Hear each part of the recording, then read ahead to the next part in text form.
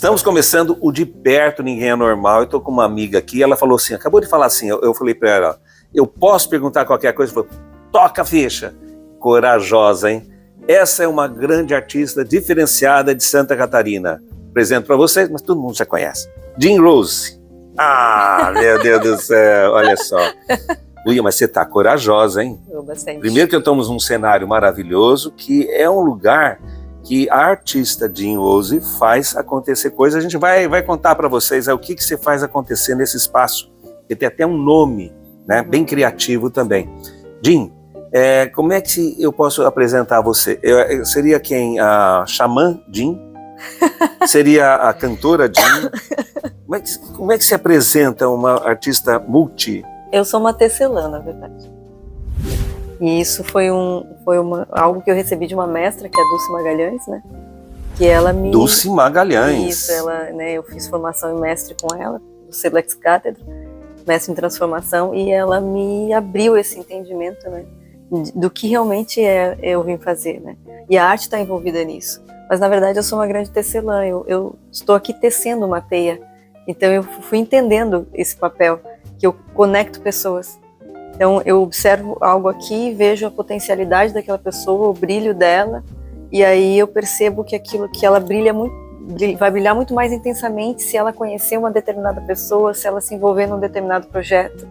E isso me alegra de uma forma, e é uma intenção sempre muito pura, assim. Depois a gente vai olhando para os outros campos, né? Com as energias de troca, que são importantes acontecerem para todos, mas é esse o meu principal papel. Então, eu estou o tempo todo observando isso. Como essa teia vai se construindo e eu vou tecendo isso. Eu sou a ponte, na verdade, por onde passam, né, os realizadores. Nesse mundo cheio de embates, né, de disputas narcisísticas, né, nesse mundo que a gente constrói um monte de muros, então se a gente puder realçar essa vocação sua para que outras pessoas possam ser pontes ao invés de muros, né? Que possam ser tecelãs, né? Das relações, que eu preciso ser capaz de enxergar o outro e ver a potencialidade do outro, e num ato de amor, provavelmente, e de inteligência, né? Isso promove uma sociedade melhor. Então, já antes de começar, não começamos ainda, tá? Não começamos. Mas antes de começar, já que você falou da Dulce Magalhães, eu me lembro que aqui na sua casa eu fiz uma pequena chamada, porque foi um evento de paz. Você lembra desse evento? Você participou desse evento? Sim, eu era junto com ela, né? Estava na organização, ela me chamou, eu fazia toda a captação de recurso e também alguns pontos ali com a questão dos artistas e tal, né? Que era a minha área. E foi fantástico, assim, foi o Fórum Mundial da Paz. A gente teve 56 países aqui, com transmissão na noite de lançamento para Roma, ao vivo, assim, foi realmente muito lindo, foi um evento, assim, maravilhoso, que teve uma repercussão gigante na vida das pessoas, porque muitas pessoas foram atendidas em N áreas de terapias.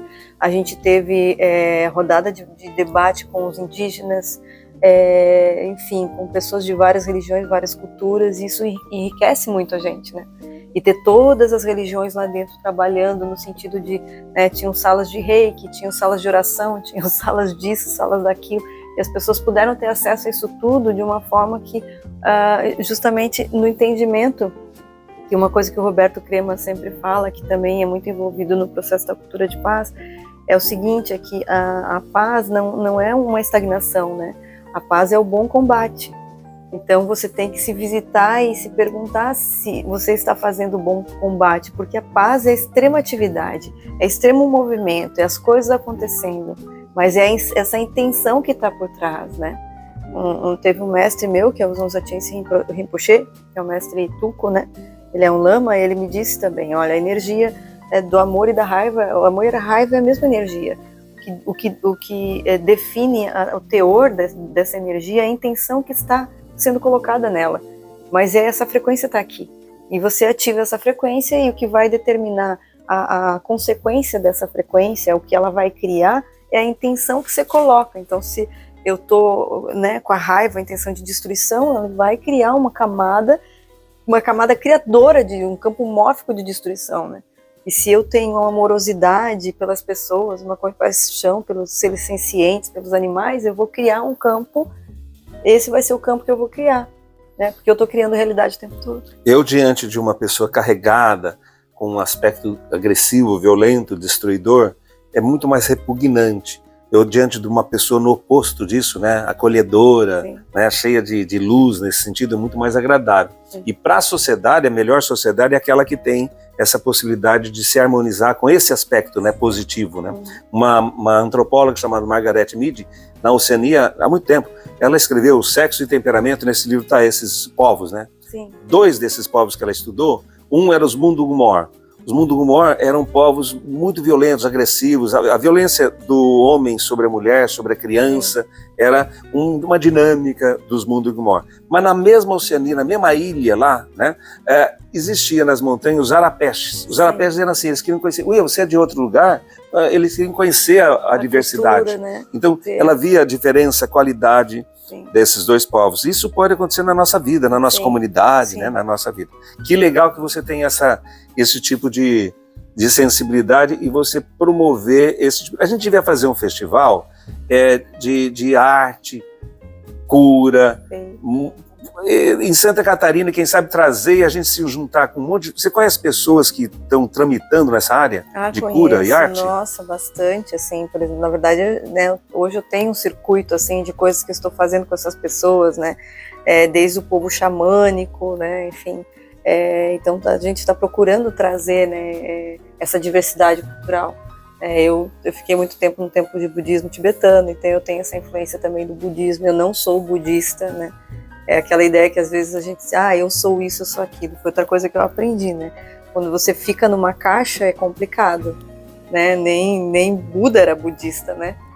Nem Jesus Cristo era cristão. Então, ter a consciência de, cara, não entre na caixa, porque senão você não aprende o resto. A caixa seria assim, a maneira com que você está com o teu dogma. Teu dogma pode ser bom, mas quando muda assim, o objetivo de manter o dogma ao invés daquilo que ele se propõe, né, que é cuidar da gente, elevar o espírito nosso, né? E deixar a mente aberta para conhecer outras culturas, a mente aberta para conhecer outras crenças, porque você vai começando a ver a similaridade entre elas, né, a beleza delas, a beleza do outro, porque às vezes até essa ideia de religião, né, dentro de uma caixa pode fazer com que você olhe para o outro como o meu Deus é o certo, do outro não é, e aí já começa a criar preconceitos. Então, quando você não se liberta dessa ideia, né, porque a raiz de todas essas filosofias é isso, é um amor. O amor, ele é incondicional, né? Ele não pensa na dualidade, ele não tem um julgamento. Ele só existe. Então, quando você começa a experimentar, né, os meus mestres sempre diziam, né, dizer sim ao universo. Quando vem um convite para você conhecer uma cultura diferente, ter uma experiência, você dizer sim, e o universo vai te apresentar coisas absurdamente fantásticas. E aí é onde a sua mente vai dar aquele salto quântico, assim, onde você vai dizer, meu Deus do céu, eu tive vários insights sobre várias coisas da minha vida, né? Então, esses movimentos que a gente faz, né, é um festival, é uma noite de cura, é um processo com xamanismo, é um processo com budismo, é uma medicina do cacau, é uma medicina da ayahuasca, é uma medicina do rapé, essas medicinas, é uma medicina da oração, é uma medicina da meditação. Tudo isso, o intuito é muito amoroso, né? De te levar para dentro. Jean, nós vamos passar cenas aí para vocês, né? Cenas de você como artista, mas agora eu queria que a gente passasse, coloca aí as últimas aprontadas da Jean Rose nesse espaço. Como é que chama esse espaço aqui? Quando você faz o evento? É Merak Arte e Cultura. Merak. Isso, Merak Arte e Cultura. Lá na frente está escrito Merak Arte e Cultura. Estamos na cidade de São José, né, próximo de Florianópolis. E você realiza, olha só essas cenas aí. Coloca aí. Então, as cenas... Que cena é essa que nós estamos vendo com o índio? Então, essas cenas são das medicinas que a gente realiza aqui, que a gente faz imersões, né? Com as medicinas sagradas da floresta. A gente tem palestrantes também, que a gente está sempre chamando para fazer essas ações aqui. Então não é só ouvir, a gente pode interagir? Exatamente, tem dinâmicas. Então, por exemplo, tem sound healing, que é a massagem sonora e a cura através do som, através de frequências. E tudo isso é ciência. sabe? Então, às vezes também, eu, por exemplo, eu vou dar uma palestra, vou conversar com alguém, as pessoas ficam dizendo, nossa, é tudo místico, é tudo aéreo, é tudo, não, desce pra terra, tudo é ciência, né? Desde uma medicina que você vai tomar como a ayahuasca, é um processo, né, ela tem um DMT, é um processo químico que acontece no teu cérebro, é ciência. Você vai fazer um sound healing, o que que é? Frequência é ciência. Não tem nada assim de... estão viajando na maionese, as pessoas sabem o que estão fazendo, né? Há um estudo, um embasamento nisso, de como essa frequência entra no seu corpo, sabe? Então isso tudo é muito fundamental, as pessoas compreenderem que há uma ciência, né, que não se faz a esmo, né? E é uma ancestralidade muito grande, por exemplo, na medicina da ayahuasca, né? Ela é uma tecnologia extremamente avançada, né?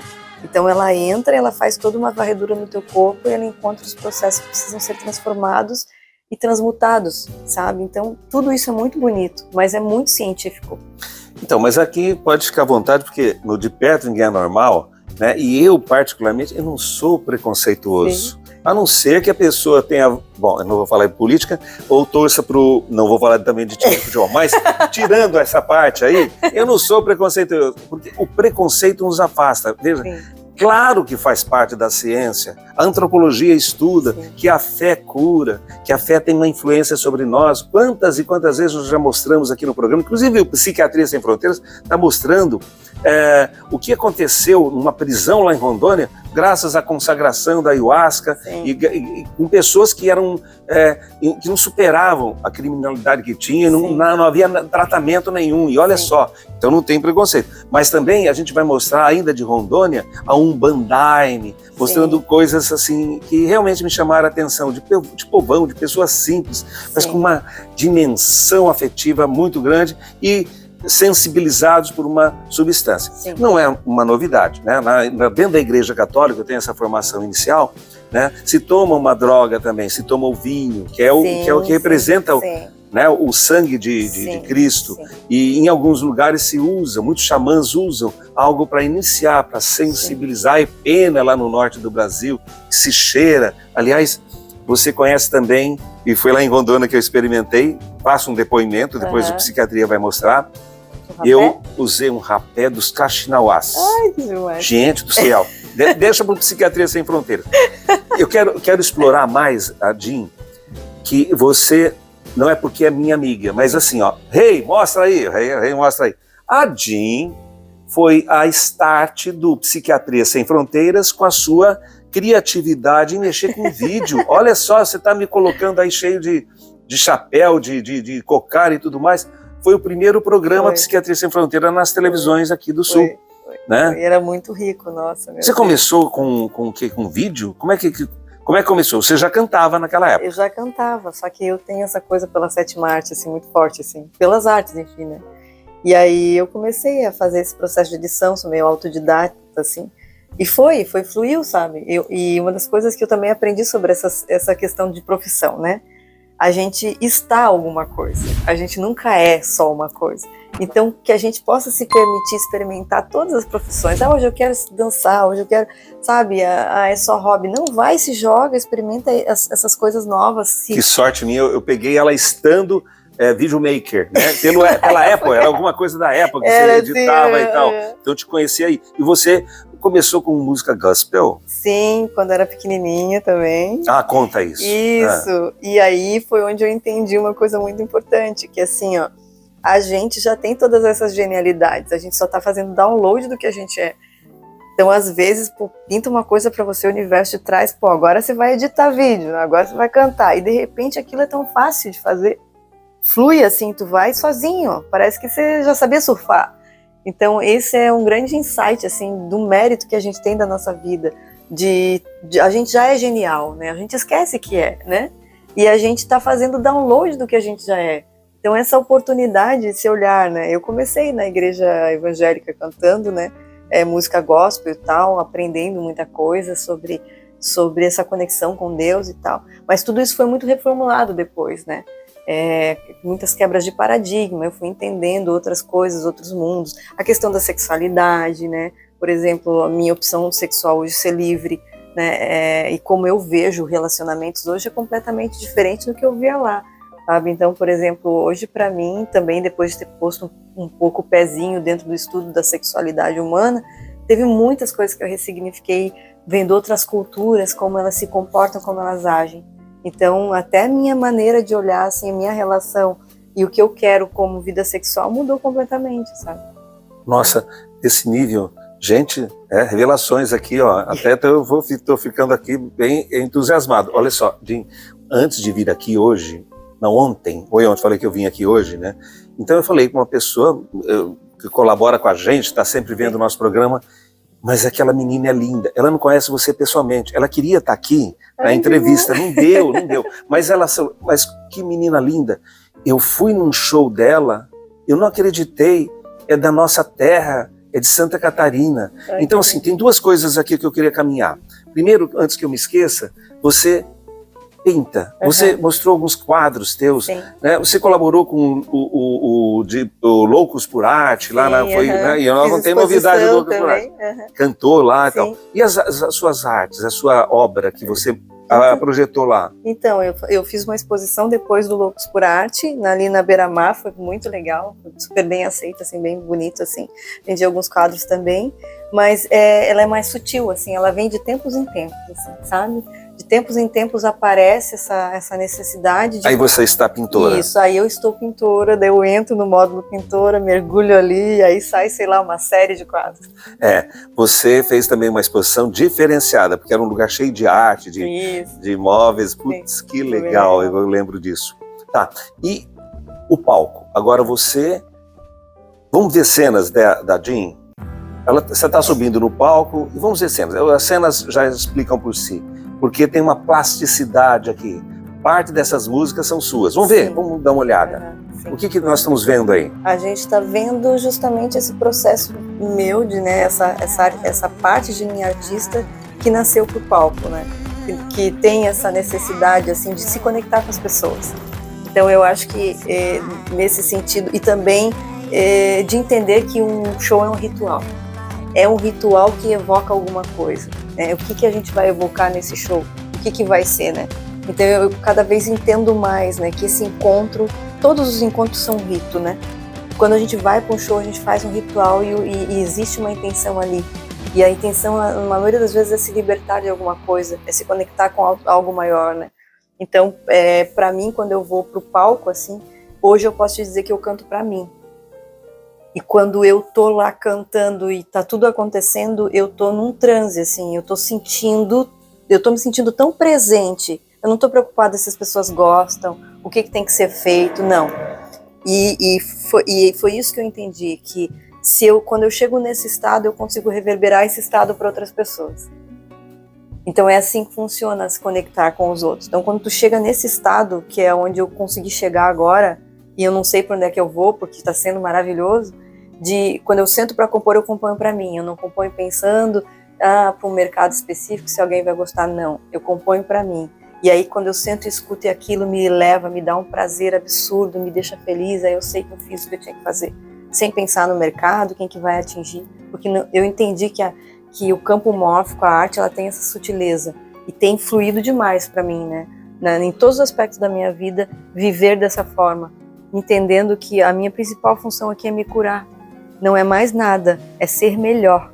É ser melhor. Então, a linguagem ritualística é uma linguagem humana. Então, desde que existe o homem, 100 mil anos, eu falo assim 100 mil anos, porque existiam já, a paleontologia mostrava indícios, né, dessa questão, como a gente já fazia o enterro, né, de forma ritualística e tal. Então, e o ritual, quase todos, né, praticamente todos, ele permite, por exemplo, se a gente ficar falando, aqui chega uma hora que a comunicação se perde.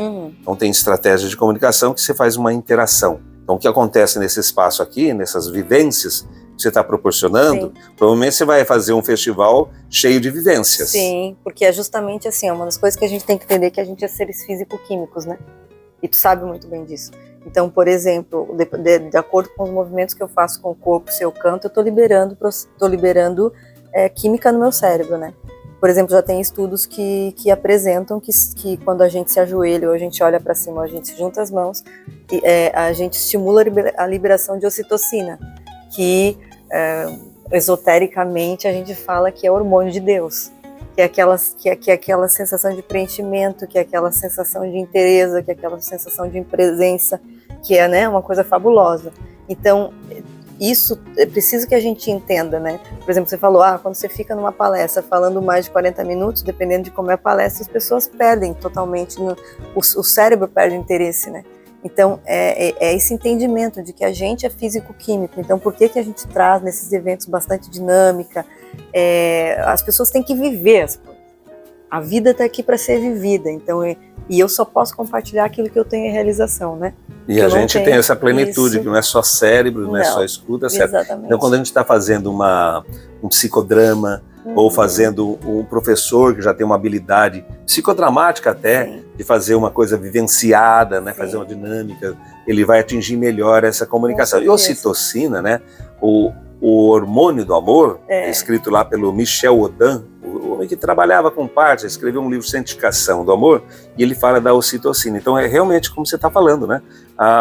Se eu me permito movimentos que me permitem liberar a ocitocina, eu vou estar mais próximo do prazer e aceitar o outro. Esse tema está sendo muito caro para mim, no sentido de como vive o mundo hoje, como tem tantos embates, né? Então, sim, eu queria ajudar não só nas técnicas de terapia social, mas fazer com que isso se estendesse para a gente fazer uma contrapartida, influenciar as pessoas, sim, a não dividirem, a não se dividirem, sim, a se juntarem.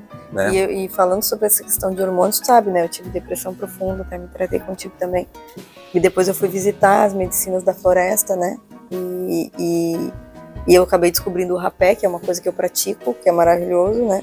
A gente pode cheirar depois aqui um rapézinho? Em cena, vamos ver, hein? Tive uma experiência na vida, hein? Posso Velhinho, mas só uma experiência. Aqui na frente das câmeras, se tu quiser, para o pessoal ver a experiência. Então vamos ver o rapé da Isso, e o rapé assim, é uma coisa muito sagrada, né? Ele é conhecido pelos gentes como o pai rapé, porque ele vai atingir o teu sistema nervoso central de 10 a 19 segundos.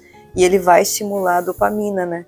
Então ele tem, ele tem várias coisas ali, é uma ciência ali também acontecendo. Então, por exemplo, as pessoas que eu conheço que têm depressão, que vieram se tratar com as medicinas também, que tiveram esse contato com coisas mais alternativas, né, é uma mudança muito grande, né. E para mim, por exemplo, né, eu costumo fazer meditação. Eu faço rapé 3 vezes ao dia, de manhãzinha, quando eu acordo, ele zera a minha mente, assim. Eu realmente consigo entrar num estado muito, muito bom, assim. No final do dia eu faço de novo para dar uma limpadinha naquilo tudo, aqueles pensamentos, aquele fluxo todo, e à noite antes de dormir, que eu ainda estou num tratamento e num estudo dessa medicina. E a mesma coisa com a ayahuasca, né? Eu apesar de ter me tratado para me curar, eu me curei, mas continuo estudando ela, porque hoje eu ajudo a fazer o processo de aplicar, né, de estar dentro da cerimônia, cuidando. Você é uma guardiã? Eu sou uma guardiã, eu ainda não sou uma mulher que serve. Ainda estou em processo de estudar a medicina, porque eu preciso estudar muito bem ela dentro de mim. E todos os campos, né? E me conhecer muito bem a mãe ayahuasca para mim poder estar pronta para fazer, por exemplo, conduzir uma cerimônia, né? Mas hoje eu sou guardiã.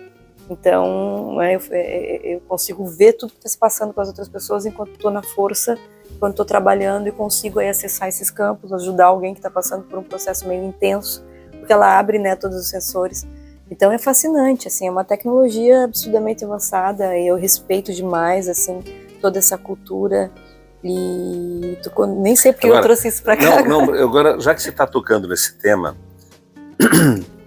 a minha experiência com a ayahuasca, eu me preservo muito, então foi em algumas tribos aqui, nos Imbiás, né, os Guaranis Imbiás, mas assim, a minha melhor experiência foi documentada também já pelo nosso programa, foi com um psiquiatra, talvez é o nome mais significante aí dessa área, na área da medicina, que é o Wilson Gonzaga, lá de Manaus. Hoje ele está em Manaus. Ele já foi da União do Vegetal e tal. Sim.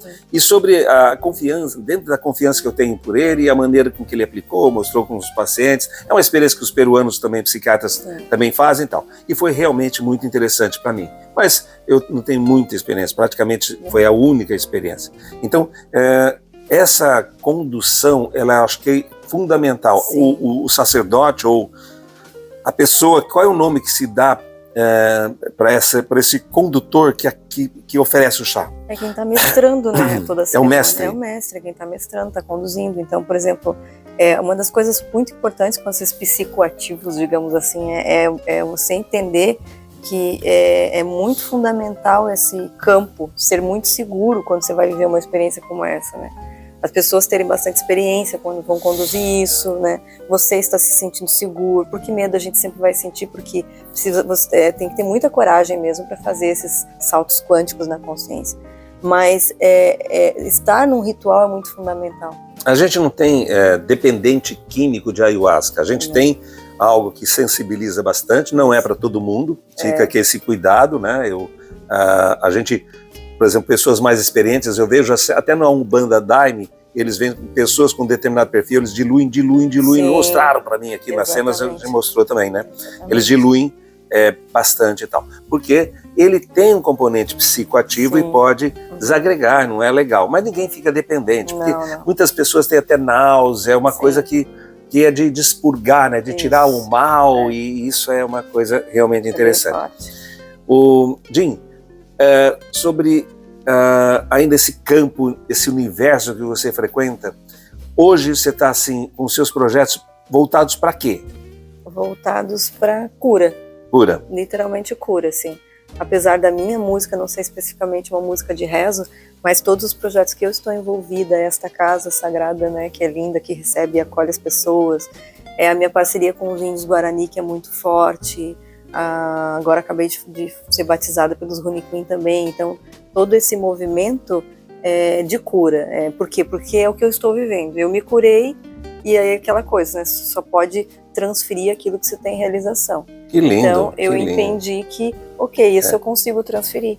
Então aonde vai a psicologia que você frequentou com a gente, onde ela te ajuda e onde que ela não tem essa dimensão para te ajudar e você busca no outro campo? Você consegue diferenciar isso aí? Consigo, assim, um dos primeiros aspectos, quando eu comecei a me tratar contigo, por exemplo, que foi ali que eu despertei, que a gente começou a fazer coisas mais alternativas, que a gente se reunia em grupo, ia na cachoeira, ia acessar a natureza, e aquilo eu falei, poxa, isso aqui tem uma informação aqui, né?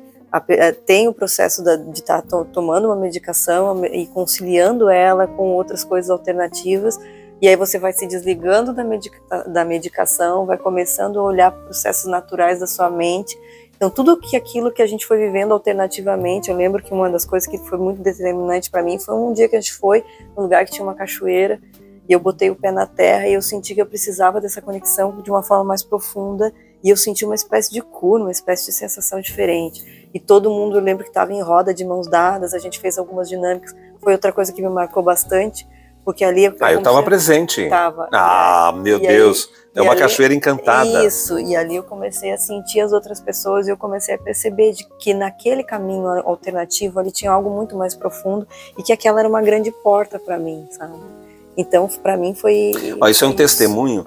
Muitas pessoas estão sofrendo e jogam lá fora a culpa do seu sofrimento. Mas a conexão principal, na psicologia você sabe disso, é você mudar as reações, né? Você não pode mudar o mundo, você pode mudar a maneira de você lidar com esse mundo. Né? Mas, assim, então vamos dizer assim, a cura está dentro da gente, a cura também está na natureza. Sim. Se a gente consegue enxergá-la, respeitá-la ou permitir deslumbrá-la, nós podemos fazer essa conexão e o mundo nos equilibra, né? Sai do nosso caos para uma harmonia. Que legal. Porque o nosso corpo, ele vem da mãe Gaia, da natureza, né? Então, por exemplo, quando eu estou me sentindo doente, onde é que eu vou pegar a energia, né?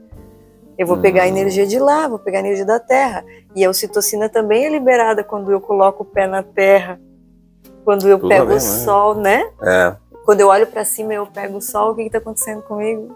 Estou liberando substâncias porque eu tenho a cura em mim. Só que a gente ainda não domina, né, a si mesmo. Olha, vamos sair um pouquinho mais de casa, vamos tirar um pouquinho, já tirou o calçado aqui, vamos pisar na terra, vamos andar nessas pedrinhas. Natureza, ainda no Brasil, nós somos privilegiados por isso. Não vamos destruir a natureza, muito pelo contrário, vamos nos integrarmos com ela. Então sai um pouquinho, faça uma programação, sai de série aqui da TV, para até de assistir o nosso programa também e vai um pouquinho para a natureza, vai respirar o ar puro. Nós estamos aqui numa região cheia de mar também, entra no mar, entra na cachoeira, porque esse é o programa que de perto Vocês viram, né? Ninguém é normal. Apesar de eu te conhecer há algum tempo, é sempre bom estar contigo, porque você me mune de coisas que me faz ficar mais motivado para aprender e compartilhar com os outros. Eu queria te agradecer também, te parabenizar, porque você foi muito determinante na minha vida, no meu processo de cura, me ajudou em muitos momentos, e também pela tua iniciativa, né, como psiquiatra, de estar trabalhando em todos esses campos que às vezes, muitas vezes, né, as pessoas olham de fora e falam, nossa, e você se desafia, né? Você vai lá, traz o Psiquiatria Sem Fronteiras, né? Traz agora esse programa sobre de perto, né? Ninguém é normal. Tem o evento que acontece, que é justamente para trazer essas potencialidades, para abrir esse olhar, né? De que existem vários outros campos que a gente pode agregar. Tudo é agregado, né? Tudo pode ser abraçado, pode ser unido e transformar.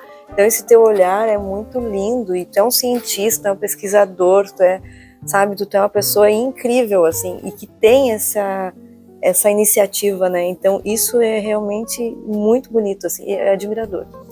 Mas veja, eu sempre fico um pouco preocupado de estar dando uma boa mensagem. A minha intenção, eu não tenho dúvida dela, mas assim, ninguém está fazendo apologia à droga, sim, muito pelo contrário.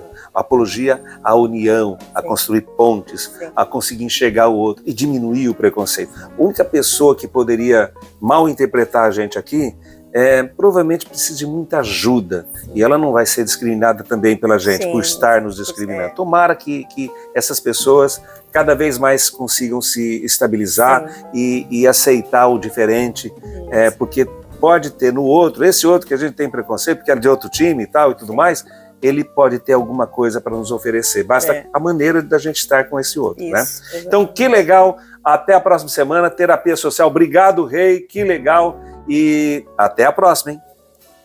Você que é dia 17, você veio convidado. A medicina começa às 22, é a noite toda. Aí você pode chegar antes, se quiser vir para as palestras. Seria muito que você viesse.